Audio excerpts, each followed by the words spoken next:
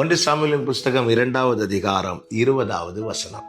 Eli எல்கானாவையும் அவன் மனைவியையும் ஆசீர்வதித்து, இந்த ஸ்திரீ கர்த்தருக்கென்று ஒப்பு கொடுத்ததற்கு பதிலாக கர்த்தர் உனக்கு அவளாலே சந்தானம் கட்டளையிடுவாராக என்றார். அவர்கள் தங்கள் ஸ்தானத்திற்கு திரும்ப போய்விட்டார்கள்.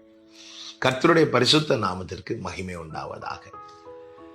ஏலி எல்கானாவை பார்த்து சொல்லுகிறான் அன்னாளை குறித்து, கர்த்தர் அவளாலே உனக்கு. நமக்கு தெரியும், இந்த எல்கானாவுக்கு 2 மனைவிகள்.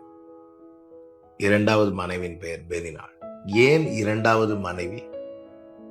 ஏனென்றால் அன்னாளுக்கு குழந்தை இல்லை, அன்னாளுக்கு பிள்ளை இல்லை. எல்கானா டிசைட் பண்ணிட்டான், அல்லது அந்த வீட்டார் டிசைட் பண்ணிட்டாங்க, இனி இவளால இந்த வீட்டுல எதுவுமே இல்லை.